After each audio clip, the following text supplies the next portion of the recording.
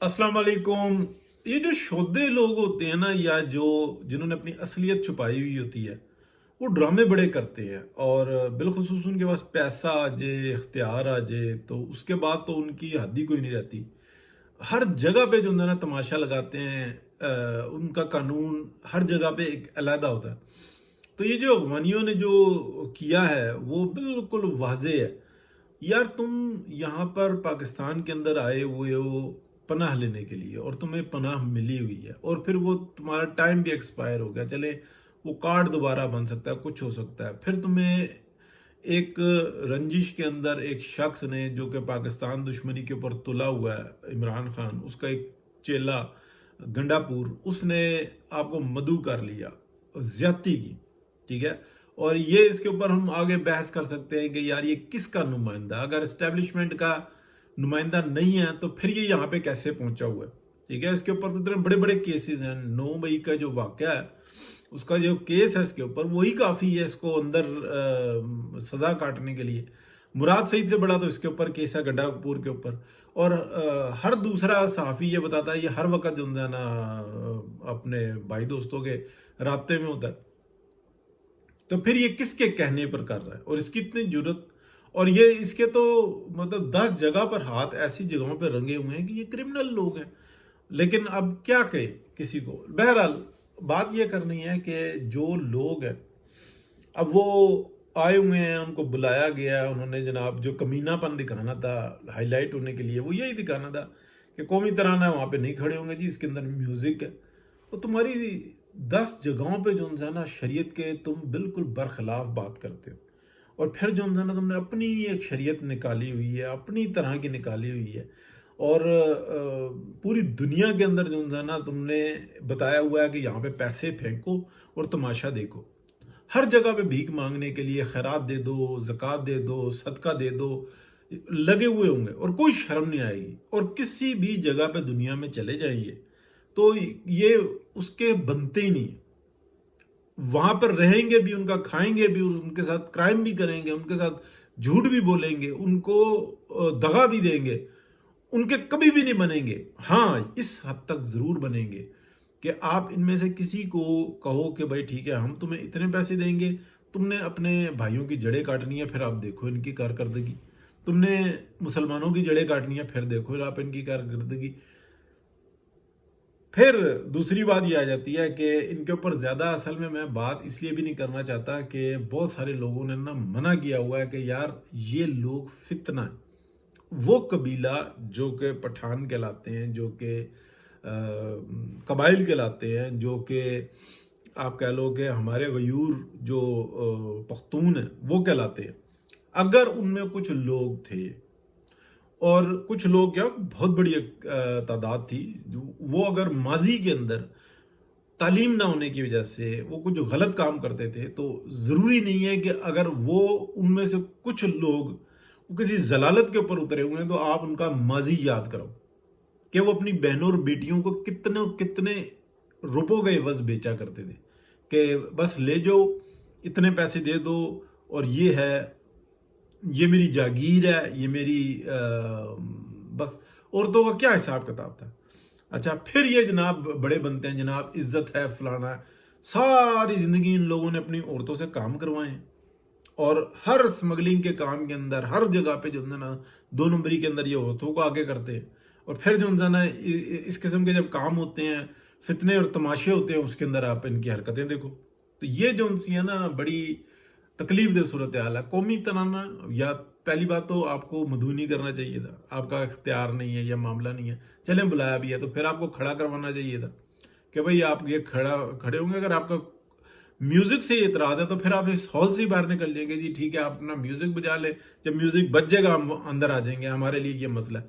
ये कौन सी शरीयत है कि आप बैठ के म्यूजिक सुनो और खड़े होकर म्यूजिक नहीं सुन सकते। ये किस तरह की शरीयत निकाली है। इस किस्म की शरीयतें निकालने की वजह से तमाशे बनते हैं, और मुसलमान सारा पूरी दुनिया का जो है ना वो जलील होता है, और फिर डिफेंसिव हो जाता है। बहरहाल, अब अगली बात करते हैं। देखें जो सियासी सूरत हाल बन रही है, अभी एक वो खबर निकाल दी है अब ये फैसल नसीर साहब के बारे में, और اپنا جنرل ندیم انجم صاحب کے بارے میں کہ جی وہ جا رہے ہیں وہ آ رہے ہیں، کوئی کہہ رہا ہے کہ جو فیصل نصیر ہے وہ DGISI آ رہے ہیں، کوئی کچھ کہہ رہا ہے، کوئی کچھ کہہ رہا ہے۔ یہ افسوسناک بات ہے۔ جب پھٹے لگانے کا شوق آ جائے افسران کو بھی، ڈپارٹمنٹس کو بھی، پھر نیچے بھی، تو یہ بڑی ہی جو انسانہ افسوس کی بات آ جاتی ہے۔ دیکھیں یہ جو پبلسٹی ہوتی ہے نا، یہ بڑے کام ٹھیک بھی کرتی ہے اور بڑے کام خراب بھی کرتی ہے۔ یہ حکومتوں کے کام ہوتے ہیں، یہ پارلیمنٹ کے کام ہوتے ہیں، یہ ریاست کے کام ہوتے ہیں۔ ریاست کے انسٹرومنٹس کے کام نہیں ہوتے۔ یہ جو فوج ہے نا، یہ ریاستی ادارہ بھی نہیں ہے۔ بہت معذرت کے ساتھ، معذرت کیا، یہ بالکل یہ کوئی ریاستی ادارہ نہیں ہے، یہ حکومت کے ملازم ہیں۔ ان کا کام ہے سرحدوں کا دفاع کرنا، اور یہ جو سیکیورٹی ایجنسی ہوتی ہیں ان کا اندرونی اور بیرونی سازشوں کا قلع کما کرنا، ان کا سیاسی مینوورنگ کرنا، جو اس وقت میں سب کچھ انہوں نے بنا لیا ہے، یہ کام نہیں ہے۔ اور اس سے بڑا جو یہ کام کر رہے ہیں، جس کو اس وقت کی ڈاکٹرائن میں، یہ جو نئی ڈاکٹرائن آئی ہوئی ہے جو اس وقت چل رہی ہے کہ جناب ہم نے اتنا ٹیکس پے کیا، اتنا بھائی نا، آپ سوداگر نہیں ہیں، آپ کسی چیمبر آف کامرس کے ممبر نہیں ہیں۔ حقیقت اور سچ یہی ہے، اور انہی مسائل کی وجہ سے جو انسان اصل مسائل بڑھتے جا رہے ہیں۔ تو یہ جو ایک نئی جو انسان صورتحال بنی ہوئی ہے، اس کو پسے پردہ ڈالنے کے لیے ہر وقت ایک نیا تماشا جو انسان لگا رہتا ہے پاکستان کے اندر۔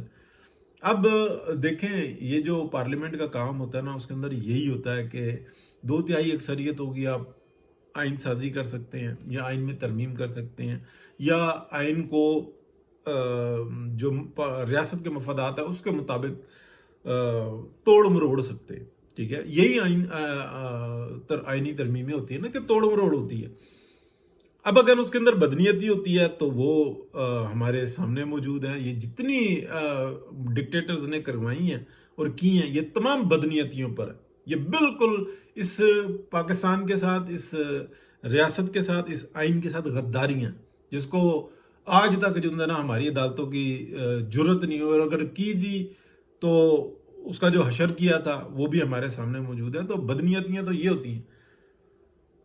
یہ پارلیمنٹ کو حکومت کے اور اپوزیشن کے کام ہوتے ہیں۔ اس کے اندر جو ہے نا جس طریقے سے عدالتیں اس وقت مداخلت کر رہی ہیں کہ اچھا جو ابھی ترمیم آئی نہیں یا اس سے پہلے کی ہوئی ہیں، یہ کھل کے پارلیمنٹ کو اختیار اپنے ہاتھ میں لینا ہوگا۔ کون سا جج رہے گا، کون سا نہیں رہے گا، کون سے جج جو ہے نا ان کو پرموٹ کیا جائے گا، اس حد تک بھی کہ ہائی کورٹ سے سپریم کورٹ میں کون سے آئیں گے۔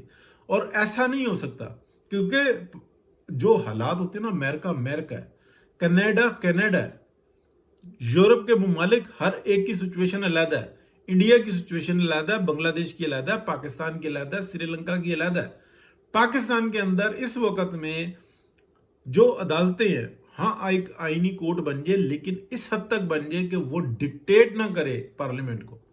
یہ ضرورت بن گئی ہے وقت کی، اگر پاکستان کو سروائیو کروانا ہے تو یہ ڈکٹیٹ نہ کر سکے، اپنی رائے دے سکے۔ یہ نہیں کہہ سکے کہ اچھا یہ پارلیمنٹیرین فارغ ہے، یہ حلف نامہ لکھ کے دے گا تو انتخابات لڑنے کی اس کو اجازت ہوگی، جو ثاقب ناصور لعنتی بد کردار شخص نے، شیطان ابلیس کے ٹاؤٹ نے جو اس ملک کے ساتھ کیا، استغفر اللہ، ایسے شخص کو جو نا زندہ گاڑ دینا چاہیے۔ یہ ایسے مردود لوگ ہیں، اور ان کو آج بھی پروٹوکول مل رہے ہیں۔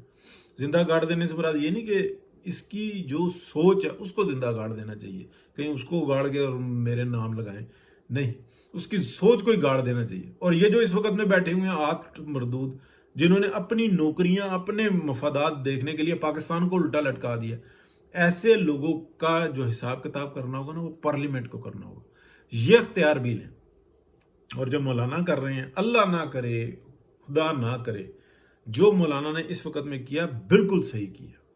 اپنا بتایا ہے کہ زرداری صاحب ہی بہت بڑے پلیئر نہیں ہیں، ہم بھی پڑے ہوئے غلط لفظ ہے، ہم بھی موجود ہیں یہاں پہ، میاں محمد نواز شریف بھی ہیں، اور میں بھی یہاں پہ موجود ہوں۔ اور جو کچھ جو 8 فروری کو ہمارے ساتھ کیا ہے میاں نواز شریف کے ساتھ،